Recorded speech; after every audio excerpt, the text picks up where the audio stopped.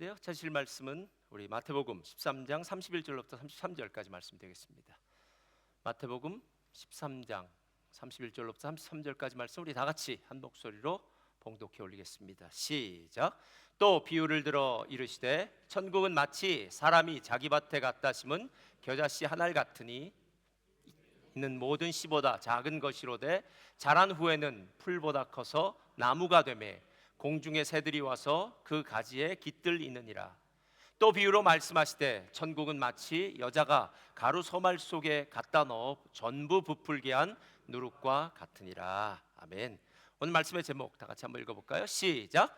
당신의 인생에 서프라이즈를 기대하라. 오늘 진짜 서프라이즈를 기대한 저와 여러분 되시기를 바랍니다. 자, 믿음의 선포 함께 하겠습니다. 믿음은 긍정적입니다. 믿음은 창조적입니다. 믿음은 소망적입니다. 나는 믿음의 사람입니다. 나는 주 안에서 행복합니다. 아멘. 이런 아름다운 믿음의 역사가 있기를 주님의 이름으로 축복합니다. 저 오늘 여러분들과 함께 이제 천국의 비밀에 대해서 조금 얘기하는데요. 이 부분을 통해서 천국이 이렇게 좋은 것이구나, 천국이 하나님이 이런 일들을 행하시는 것이구나라는 것들을 오늘 함께 아는 시간 되었으면 좋겠는데요. 우리가 보통 선물 줄 때 서프라이즈 이렇게 잖아요. 그와 마찬가지로 마치 천국이 하나님이 우리에게 주시는 서프라이즈, 선물 같은 그런 은혜가 있을 것 같다라는 생각이 들었습니다. 마틴 루터가 이야기했다고 합니다. 천국에서 웃을 수 없다면 나는 그곳에 가지 않겠다. 그러니까 천국에서 웃지 않고 계속해서 예배만 드린다면, 심각한 얼굴을 한다면 나는 천국에 가지 않겠다. 이렇게 마틴 루터가 얘기했다고 그러더라고요. 마틴 루터가 이렇게 이야기한 이유가 있습니다. 왜냐하면 마틴 루터의 아버지가 아주 엄한 아버지였답니다. 그래서 이 엄한 아버지 밑에서 마틴 루터가 상당히 힘들었대요. 그리고 자기 뜻대로 공부를 한 것이 아니라 아버지가 원했던 그 길을 가야 돼서 법 공부를 시작했는데 그 일을 계속하던 중에 어느 날 길을 가다가 벼락이 떨어지는 것을 보게 됩니다. 그때 그 벼락이 떨어진 것을 보면서 그가 사제가 되기로 하나님 앞에 소원을 합니다. 사제가 되고 난 다음에 그의 마음을 짓누르고 있었던 것은 죄였습니다. 하나님이 좋으신 분이 아니라 하나님이 우리가 조금이라도 잘못하면 벌을 내리시고 심판을 내리시는, 마치 자기 아버지처럼 엄한 아버지처럼 생각했기에 아마 루터는 상당히 고통 가운데 힘들었던 것 같습니다. 그런데 그가 갈라디아서와 시편과 로마서에 나와 있는 오직 의인은 믿음으로 말미암아 살리라. 오직 의인은 믿음으로 말미암아 살리라. 믿음이구나. 우리의 의가 아니라, 우리가 하는 어떤 일들이 아니라 하나님이 주시는 믿음으로 사는 것이구나 라는 이 사실을 깨닫고 난 다음에 칭의, 하나님의 의로 살아야 된다라고 생각하면서 그의 인생이 빛을 받고 기쁨의 인생으로 변했다라는 겁니다. 여러분, 우리 집사님들 볼링 치시고 그럴 거예요. 볼링의 원조는 여러 가지 이야기가 있더라고요. 예전부터 공을 만들어서 핀 같은 어떤 대상물을 놓고 이렇게 굴려서 넘어뜨리는 것은 있었지만 현대 볼링의 시조는 마틴 루터라고 합니다. 마틴 루터가 9개의 핀을 세워놓고 거기에 공을 굴리면서 놀이를 했죠. 그 당시엔 놀이겠죠. 놀이를 했는데 그 9개의 핀에 뭐라고 썼냐면은 악마 이렇게 쓰고 이 공을 굴려서 넘어뜨리는 것, 얼마나 영적입니까? 그래서 그렇게 하기 시작했다라고 이야기하고요. 그렇게 볼링을 참 즐겼다고 하더라고요. 마틴 루터가 만약에 하늘에 가고 천국에 갔을 때 볼링장을 만들까요? 안 만들까요? 목사님 무슨 말을 하고 싶은 거지? 라는 생각이 들 텐데요. 마틴 루터가 이 땅에서 볼링을 그렇게 즐겁게 치면서 행복하고 기뻤는데 만약에 천국에 볼링장이 없다면 마틴 루터가 정말 기뻤을까? 웃음이 나올까? 라는 그런 생각을 한번 해보았습니다. 가까웠던 집사님들이 이런 얘기를 묻더라고요. 천국이 정말 좋은 곳일까요? 우리가 생각하는 천국은 일단 천사가 있어야 됩니다. 그렇죠? 천사가 날개를 달고 하얀 옷을 입고 하프를 치면서 날아다니고, 우리는 모두 다 긴 하얀 옷을 입고 그 주변을 쫓아다니면서 예배드리고, 그래서 아침에도 예배, 1부 예배 끝나면 2부 예배, 점심 먹으면 3부 예배, 저녁에도 예배, 그 다음날 일어나도 또 예배. 그래서 가끔 예배만 하도 드리니까 천국에 간 어떤 사람들이 이렇게 얘기할 수도 있을 거라는 생각이 들었어요. 하나님, 잠깐 저 휴가를 좀 다녀오겠습니다. 저 지옥은 재밌다고 하는데 며칠만 지옥에 가서 재밌는 거 구경하다가 좀 오겠습니다. 여기 너무 재미가 없습니다 라고 이야기할 수 있을 정도로 천국에선 예배만 드리고 뭐 찬양만 부르고 하는 것만 이겼다고 생각하는 것, 여러분 정말 천국이 그럴까요? 랜디 알컨이라는 유명한 천국에 대해서 쓴 사람이 오늘 이 글을 쓴 건데요, 천국에서 웃을 수 없다면 나는 그곳에 가지 않겠다라는 말은 천국에는 웃음이 있다는 거예요. 학자들은 이렇게 이야기합니다. 사람이 웃는 경우엔 두 가지 이유가 있답니다. 하나는 놀이가 있으면 웃는답니다. 재밌는 놀이. 그렇죠? 두 번째는 사람이 있어야 웃는답니다. 그래서 한 10분 정도 사람과 대화할 때 7번 정도 평균적으로 웃는다고 하더라고요.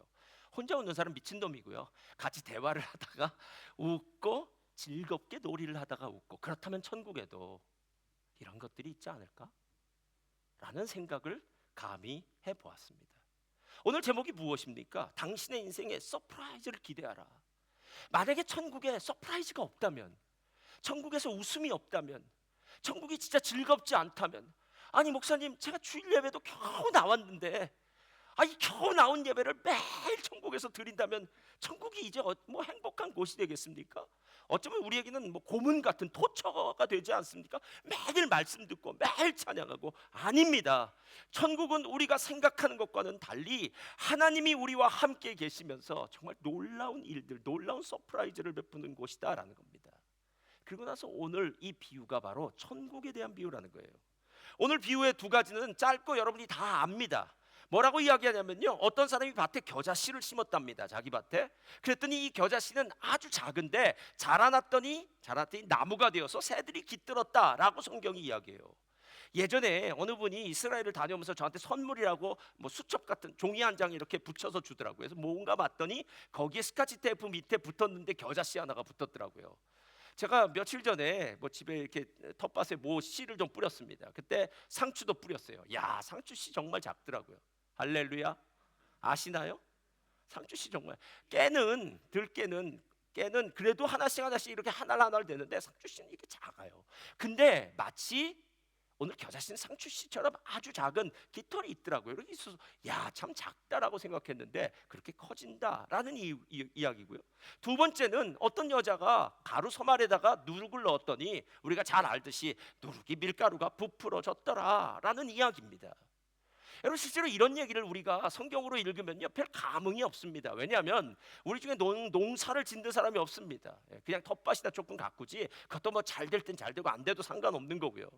그래서 우리 가운데는 농부가 없고요, 우리 가운데는 그 당시처럼 매일매일 이렇게 떡을 만드는 분이 아니라, 아니 우러스나 콜스에 가면 빵이 지천으로 깔렸는데 왜 이런 걸 만드는 사람들이 됩니까? 그래서 우리는 이런 것과 상관없이 살기 때문에 지금 들려지는 이야기가 별것 아닌 이야기처럼 들리더라는 거예요. 그러면 1세기 때 그 사람들도 그랬을까요? 전 안 그랬다고 생각합니다. 먼저 겨자씨를 자기 밭에 심는 이 사람들도 한번 봐야 돼요.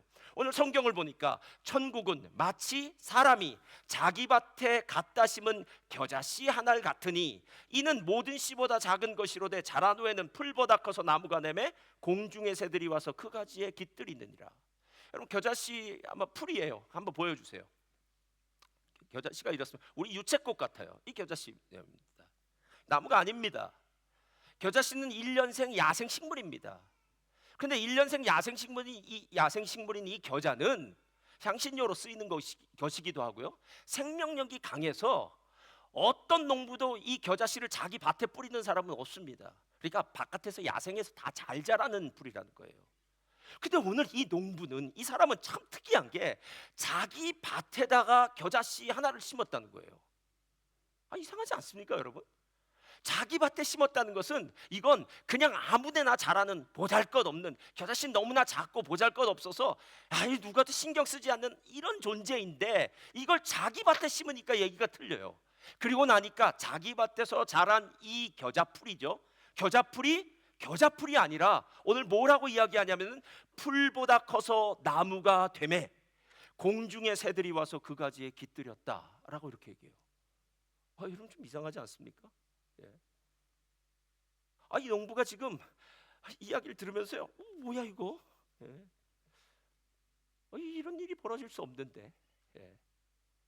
실제 오늘 이야기를 들으면서 우리가 가장 생각해야 될 건 뭐냐면요, 이 농부가 지금 하고 있는 일의 의미예요. 겨자씨를 자기 밭에 갖다가 심지도 않을 뿐만 아니라 야생에 자라기 때문에 그렇고요. 이스라엘 백성들이 제일 싫어하는 게 있습니다. 그게 뭐냐면 자기의 거룩함, 정결함이 부정함 때문에 영향력을 받아서 부정하게 되는 걸 제일 무서워해요. 그래서 안식일의 법을 안식일을 지키는 것, 아니면은 그 부정한 사람들이 자기의 물건에 닿거나 자기 만나는 것, 부정한 사람들과 함께 식탁에 교제를 하는 것, 이런 거 제일 싫어했습니다. 그런데 신명기 22장을 보니까 이런 이야기가 나와요. 포도원에 두 종자를 섞어 심지 말고 소와 나귀를 함께 결의하지 말고 양털과 배털로 섞어서 옷을 만들지 말라. 그러니까 유대인들이 제일 싫어하는 게 두 가지를 섞는 거예요. 그래서 이 사람들은 섞어찌개 같은 거 안 먹습니다. 오삼불고기 우린 맛있는데 안 먹습니다. 왜냐하면 이 사람들은 섞는 걸 싫어해요. 자기의 거룩함이 다른 부정한 것으로 말미암아서 함께 어우러져서 섞어지면 하나님의 율법으로 부정한 사람이 된다라는 거예요. 여러분, 이 사람이 지금 자기 밭을 무슨 큰 뭐 공장을 하거나 향신료를 만드는 공장을 하거나 뭐 다른 데로 요즘 같으면 인터넷 판매를 위해서 뭐 겨자 밭을 크게 만드는 사람이 아니라면, 이 사람은 겨자씨 하나는 자기 밭에 심긴 했지만요, 나머지 밭에는 곡물들을 심었을 겁니다. 보리를 심든지 밀을 심든지 필요한 물건들을 필요한 곡식들을 심었을 거라는 거예요. 그러니까 여기에 말은 안 했지만 이 주인은 오늘 함께 두 가지 다른 재료를, 다른 곡식을 심어서 신명기 22장의 말씀을 어기는 사람이 됐다는 거예요. 그러니까 유대인들이 지금 이 예수님의 비유를 들으면서 뭐야 이거? 아니 천국이 뭐 이렇다고? 말도 안 되는 소리 하지 말어.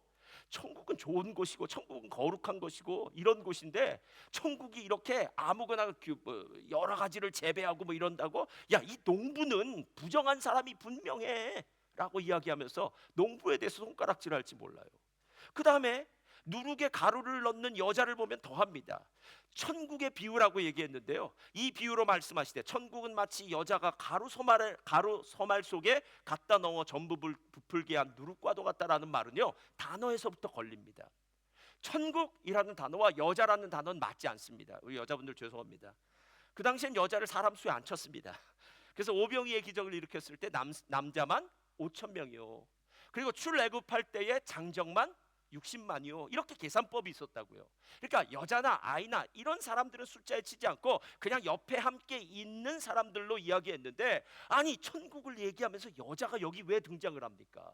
그러니까 이제 여자라는 얘기를 딱 듣는 순간, 에이 천국이 무슨 여자야. 천국은 거룩한 사람이, 바리새인이, 하나님의 말 율법을 잘 지키는 사람들이 가는 곳이야 라는 생각을 했을 거라는 거예요.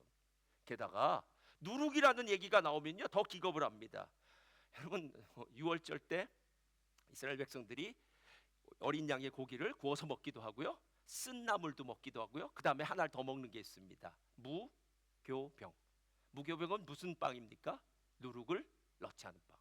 그래서 7일 동안 누룩을 넣지 않은 빵을 먹는 절기를 무교절 이렇게 얘기해요.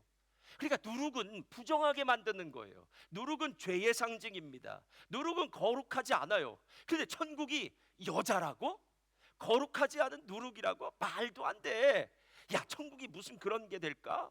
라고 생각하면서 이 사람들이 천국을 들으면서 아유, 천국 아니야. 예수님은 뭔가 지금 뭘 몰라서 하고 있는 얘기야 라는 이야기를 하고 있는 거예요. 제가 신앙생활하면서 가장 답답한 사람을 만날 때가 언제냐면 책 한 권 읽은 사람입니다. 제일 무서워요. 예. 자기가 읽은 책 한 권이 전부인 줄 알아요. 그래서 다른 사람의 얘기를 안 들어요. 고정관념, 선입관이 아주 강력하게 들어서요, 무슨 얘기를 해도 대화가 통하지 않습니다. 요즘은 이런 사람들을 꼰대라고 부르더라고요. 꼰대 특징이 뭔지 아십니까? 나이가 많다. 저같이 나이가 많다. 두 번째는요, 죽어도 안 듣는다. 야, 내가 지금 살아온 날수가 몇 날인데 너가 나를 가르치려고 들어. 나도 세상에서 경험한 게 많아. 나도 배운 게 많아. 야, 나도 다 실패를 경험하면서 지금까지 살아왔어 라고 이야기하면서 젊은 사람들 얘기 안 듣지요. 젊은 사람들한테 강요하죠. 이러다가 젊은 사람들 다 떠나버립니다, 여러분. 선입견, 고정관념 이런 것들이 천국에도 있지 않겠느냐라는 거예요. 제가 아까 처음에 이야기했듯이 천국 하면 천사가 있고, 천국 하면 예배가 있고, 찬양이 있고, 뭔가 거룩하고 경건하고, 거기서 떠들면 안 될 것 같고, 아이들은 다 어디론가 따로 모여야 될 것 같고, 뭐 이런 거 아니다라는 겁니다. 그러면 하나님이 오늘 예수님을 통해서 진짜 천국은 어떤 곳인가를 가르쳐 주고 싶었는데 그 서프라이즈, 그 천국이 무엇일까 하는 거예요. 그럼 오늘 이야기 잘 들으시 바랍니다. 첫 번째, 자, 다 같이 읽겠습니다. 시작. 천국은 연약한 자들로 인해 번성하게 될 것이다. 자, 오늘 겨자씨 비유가 그거예요. 아까도 이야기했듯이 겨자씨는 1년생 야생 식물이기 때문에 밭에 심는 사람은 없습니다. 그러니까 이 농부는 지금 농사를 모르는 사람이든지 아니면 특별한 목적과 이유를 갖고 그 겨자씨를 자기 밭에 심은 사람이에요. 근데 놀라운 일은 아까도 보았듯이 그 밭에 심은 겨자씨는 절대로 나무가 될 수 없습니다. 근데 오늘 하나님이 그 겨자씨가 자라난 것을 걸어 뭐라고 이야기하냐면 다 자란 후에는 풀보다 커서 나무가 되매라고 얘기해요. 저를 따라하시기 바랍니다. 하나님의 말씀이 진리입니다. 맞나요? 진짜 맞나요, 여러분? 여러분, 우리 다 느낌으로 삽니다. 언제 행복하십니까? 내 마음에 맞는 일이 벌어지면 행복합니다. 언제 불행하다고 느끼십니까? 내 마음에 안 맞는 일이 벌어지면 불행하다고 생각합니다. 우리는 느낌대로 살아요. 내가 보기엔 내 삶에 이런 일이 왜 벌어졌을까? 하나님 나한테 복 주셨다면 이런 일이 안 벌어졌을 때 이렇게 어렵고 힘들고 고난스럽고 고통스럽고 일들 이건 내가 생각하기엔 이건 아니야 라고 생각하는 것. 근데 시간이 지나 보면은요, 만약에 그 고통의 시간이 없었다면 우리의 인생 가운데는 하나님 주실 더 큰 축복도 없더라고요. 여러분, 고난의 골짜기가 깊을수록 축복의 봉우리는 높습니다. 저는 하나님께서 웬일인지 은혜를 주셔서요, IMF가 저 공부할 때 딱 터졌어요. 그래서 4년 유학을 하는 시절에 딱 중간에 터졌어요. 2년은 부모님이 도와주시고 2년은 하나님이 도와주시고, 할렐루야. 감사하지 않습니까? 어차피 마치면 되는 거 아닙니까, 여러분? 내가 생각하기에는 IMF가 터져서 뭐 여러 가지 경제적으로 무슨적으로 힘들고 어렵고 고통스럽고 하는 건 내 생각이고, 하나님이 나에게 가르쳐 주시고 싶었던 것은 아니야, 너는 이길 수 있어, 넌 졸업할 수 있어. 시간이 지나고 난 다음에 나중에 그 시간들을 되돌이켜 보면서 내가 너를 어떻게 인도했고 어떻게 함께 했는지를 보게 할 거야 라고 이야기하더라는 거예요. 여러분, 실제로 성경에서 나무라고 하나님의 밭에 심겨진 나무라고 이야기하는 이 나무는요, 다른 나무가 아니라 백향목이에요. 백향목. 왜냐하면 하나님의 성전은 백향목으로 만들어졌기 때문에, 백향목 나무를 재료로 썼기 때문에 이 얘기는 이 나무는 백향목 나무 같다라는 거예요. 백향목이 얼마나 아름다운 목재로 크게 자라서 많은 새들이 깃드는지 모릅니다. 여러분, 백향목 나무 아십니까? 제가 예전에 어디 가서 어디 아프리카에 갔는데요, 어느 선교사님 집에서 그 가라지 세일을 하더라고요. 그래서 그 집에 가서 뭐 여러 가지 물건들을 팔아요. 그래서 물건들을 팔아서 딱 어떤 조그만 상자 하나를 딱 집었는데 그 주인이 그렇게 얘기하더라고요. 이게 백향목, 레바논의 백향목으로 만든 상자라고 그러더라고요. 그래서 일불에 샀습니다. 득템, 할렐루야. 그래서 딱 사고 너무 좋아서 막 집에 와서 하는데 이게 왜 좋은지 알았어요. 냄새를 맡아보니까 백향목의 은은한 냄새가 나요. 근데 산지 몇 년 지났는데도 그 냄새가 사라지지 않더라고요.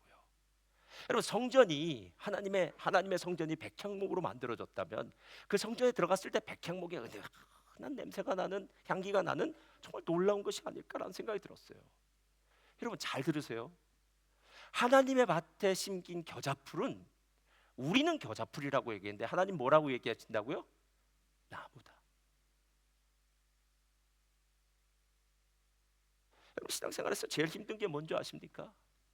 난 분명히 신앙생활을 잘하고 있는데 나보다 옆에 사람이 더 축복받는 것처럼 느껴질 때, 왜 우리 집 아이들은 이렇게 힘든데 옆집 아이들은 저렇게 공부도 잘하고 뭐 잘 풀리고 잘할까? 이렇게 비교가 될 때마다, 아니, 저 사람이 믿는 하나님과 내가 믿는 하나님은 다릅니까? 라고 생각할 때가 많아요.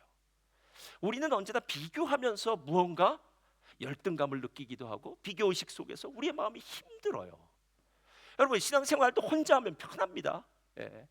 이렇게 예배 오지 마시고 그냥 집에서 온라인 예배 딱 켜놓으시고 혼자 예배 드리면요, 옆에 사람이 없으니까 편해요. 그런데 그럼에도 불구하고 하나님이 왜 함께 예배 드리며 함께 공동체 안에서 이렇게 신앙생활 하라고 이야기하냐면은, 공동체 안에서 하나님이 우리를 만들어가는 과정이 있을 거라는 거예요.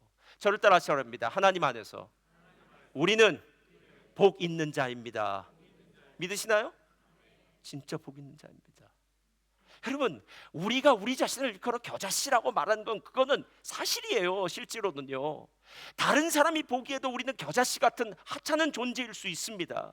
그런데 중요한 것은 내가 생각하는, 내가 느끼는 그 느낌이나 내 주변에 있는 사람들이 나한테 얘기하는 그 말이나 이게 중요한 게 아니라 하나님이 나를 일컬어 뭐라고 얘기하시냐는 거예요. 너는 내 사랑하는 아들이야. 너는 내 사랑하는 딸이야. 너는 나의 밭에 심기어진 백향목 나무야. 할렐루야.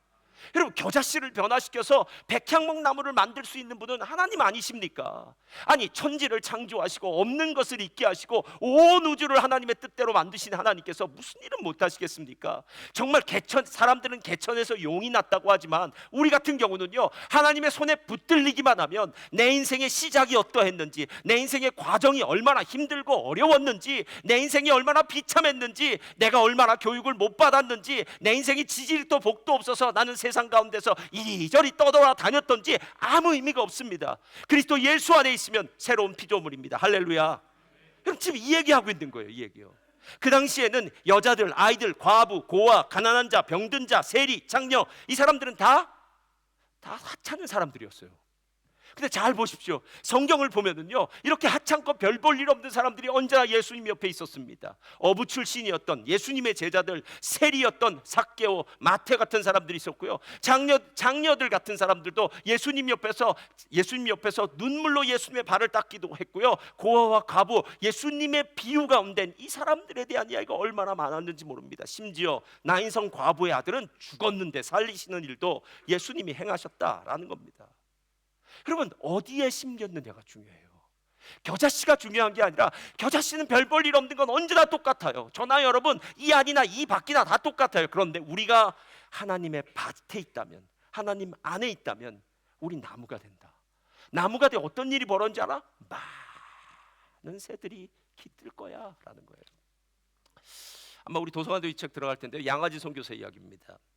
거기에 백정들을 전도해서 훌륭한 지도자로 세운 세뮤얼 무어 선교사님 이야기가 나와요. 이분이 1892년 그땐 조선이죠. 조선에 도착해서 1906년에 48살에 소천하신 분이에요.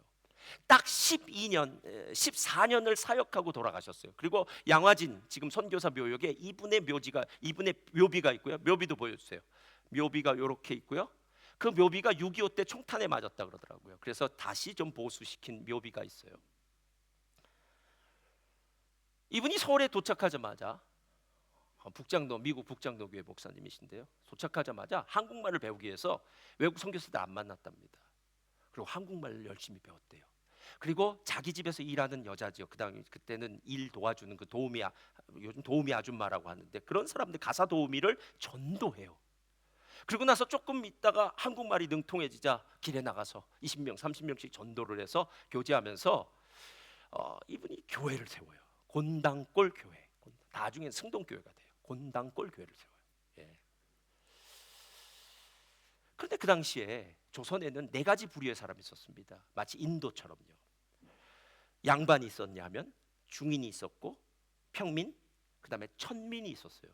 근데 천민도 7가지인가 8가지로 또 나눠진다 그러더라고요. 그리고 그 중에서 제일 천민 중에서도 다른 사람들에게 인권적으로 모든 부분에서 정말 사람들의 버림받은 그런 사람인데, 짐승을 죽이는 백정, 요즘 백장이라고 그러더라고요. 백정은 정말 인간 취급도 못 받았습니다. 그런데 어느 날 박춘성이라는 백정이 한 사람 살고 있었어요. 근데 이 박춘성이 아들이 아마 공부를 잘했었나 봐요. 그래서 카톨릭 선교사들이 하는 교회에 아들을 좀 보내고 싶은데 거기서 안 받아줬답니다. 그런데 예수님 믿는 그 기독교 교회 학교에 갔더니 거기서는 또 받아주더래요. 그래서 이 백정이 감사하면서 자기 아들을 거기다 보냈대요. 그런데 나중에 이 백정 박춘성이 장티푸스에 걸려서 거의 사경을 헤맵니다. 그때 그 아들 때문에 고종 황제의 의사였던 시의였던 에비슨 선교사가 이 백정 박춘성한테 와서 병을 고쳐줘요. 그러니까 이 박춘성이 너무 감격하는 거예요. 그러면서 이렇게 얘기합니다. 어찌 사람들도 나 같은 천민인 나는 정말 보지도 않는 이런 사람들한테 와서 이 고종 황제의 어이가 시의가 나를 이렇게 고쳐줬다고 너무 감격해서 이 무어 선교사님이 세운 곤단골 교회에 출석하기 시작해요. 그래서 세례도 받습니다. 세례 받는데 이제 문제가 생겨요. 곤단골 교회가 왜 문제가 생겼냐? 거기 천민이 왔으니까 나머지 일반 사람들이 뭐라고 그러겠습니까? 우리는 천민과 절대로 함께 예배를 드릴 수 없습니다. 이렇게 무어 선교 아닙니다. We are brother and sister 이렇게 얘기했겠죠. 형제 자매니까 안 된다고 다 같이 드려야 된다. 그러니까 이 사람들이 화가 났어요. 그리고 마지막에 이렇게 얘기해요. 그러면 이렇게라도 해주십시오. 앞자리는 여기 앞자리 여기 이분들이 이제 평민들이고요. 저 뒷자리는 천민들 앉히라고. 예.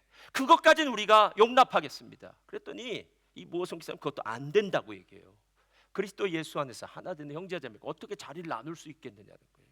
그랬더니 이 사람들이 화가 나서 이 교인들이 나가서 홍문동 교회를 새로 세워버려요. 그럼에도 불구하고 무어 선교사님이 흔들리지 않고 교회를 계속 잘 운영하니까 나갔던 사람들이 다시 돌아오더래요. 그리고 나서 4년이 지나고 난 다음에 교인은 108명으로 불어났고 그 교회의 백정 출신이 30명이나 되었다고 합니다. 그리고 나중에 그 교회가 승동교회가 됐대요. 그런데 더 재밌는 건요, 나중에 이 박성춘이라는 백정이 독립운동에 가담했답니다. 대단하죠? 그런데 그 아들은 더 대단해요. 이 아들이 공부를 그렇게 잘했답니다. 그래서 연세대 의대 1회 졸업생이 되어서 의사가 되었답니다. 할렐루야. 옛날 얘기하는 것 같네요. 이게 뭡니까 여러분? 예? 백정이라는 천민이라는 사람들의 헐대를 받고 사람들의 비난받던 그 존재가 하나님 안에 있었더니 하나님의 밭에 심기었더니 그 겨자씨가 나무가 되어서 많은 사람들이 깃들 수 있는 그 놀라운 축복받은 인생으로 변하는 거, 여러분 저와 여러분의 인생이 이거 아닙니까 여러분? 실제로 이 은혜가 매일매일 느껴지기 때문에 하나님 감사합니다. 나 같은 어리석고 나 같은 바보 같고 나 같은 별 볼 일 없는 자를 하나님의 은혜로 건져주셔서 이렇게 살려주시니 감사합니다. 할렐루야. 그럼 이 놀라운 은혜가 있다라는 거예요. 근데 여기서 끝나지 않아요. 두 번째 비유가 함께 있는 이유는 이 이유 때문입니다. 다 같이 읽겠습니다. 시작. 천국은 풍성함으로 잔치하는 곳입니다. 자, 이제 가루 소말에 대해서 좀 생각해 봐야 돼요. 또 비유로 말씀하시되 천국은 마치 여자가 가루 소말 속에 갖다 넣어 전부 부풀게 한 누룩과 같으니라. 가루 소말은 그 당시 100명분의 빵을 만들 수 있는 재료였다는 거예요. 여러분 어느 집이 대가족이라고 해도 100명분의 사람을 한꺼번에 빵을 만드는 집안은 없습니다.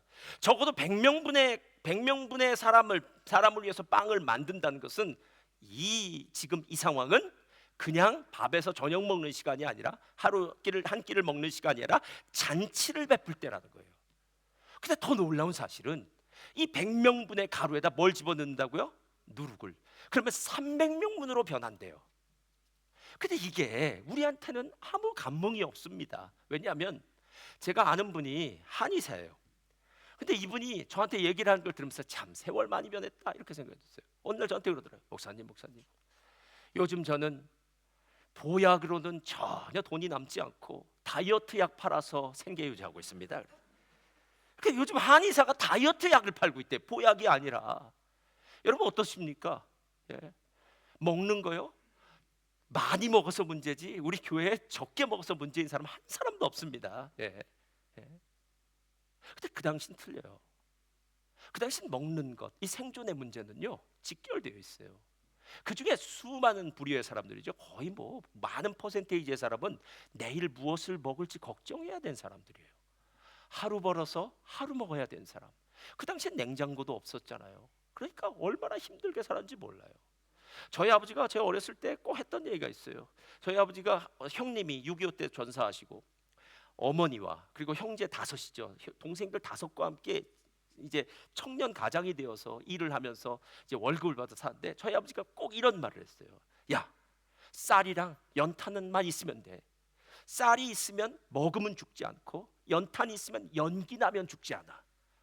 그러니까 최소한도의 음식만 있어도, 최소한도의 먹을 것만 있어도 우린 살 수 있어 라고 이야기했던 얘기를 제가 어렸을 때, 그렇다 못 산 건 아닌데 어렸을 때 들었던 이야기가 있더라는 거예요. 여러분 언제 이 당시의 사람들이 마음껏 내일 염려하지 않고 마음껏 먹을 수 있는 자리가 어떤 자리인 줄 아십니까? 부잣집에서 뭐 할 때? 잔치할 때. 그때만은 가능하다는 거예요.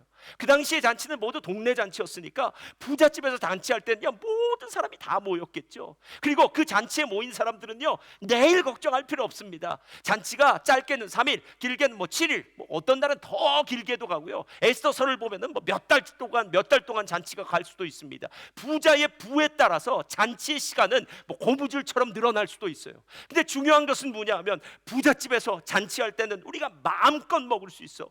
풍성한 잔치에 참여할 수 있어 라는 거예요. 그렇다면 이런 얘기예요. 나는 겨자씨 같은 연약하고 보잘것없는 별 볼 일 없는 존재였는데 웬일인지 웬은혜인지 하나님의 밭에 심기워져서 나무가 되었는데 그 나무가 된 나의 삶 가운데 하나님은 풍성한 잔치를 베풀어 주신다는 거예요. 그래서 하나님의 나라는 잔치입니다. 잔치. 매일 행복한 거예요. 천국의 비유를 말씀하신 예수님의 목적이 무엇인 줄 아십니까? 우리 마가복음 2장 17절 한번 다 같이 읽겠습니다. 시작. 예수께서 들으시고 저희에게 이르시되 건강한 자에게는 의원이 쓸데없고 병든 자에게라야 쓸데 있느니라. 내가 의인을 부르러 온 것이 아니요 죄인을 부르러 왔노라 하시더라. 누구한테 필요하다고요? 건강한 사람이요? 아니요. 의인이요? 아니요. 병든 자, 가난한 자요. 죄인이요. 삶에 문제가 있는 사람들이요.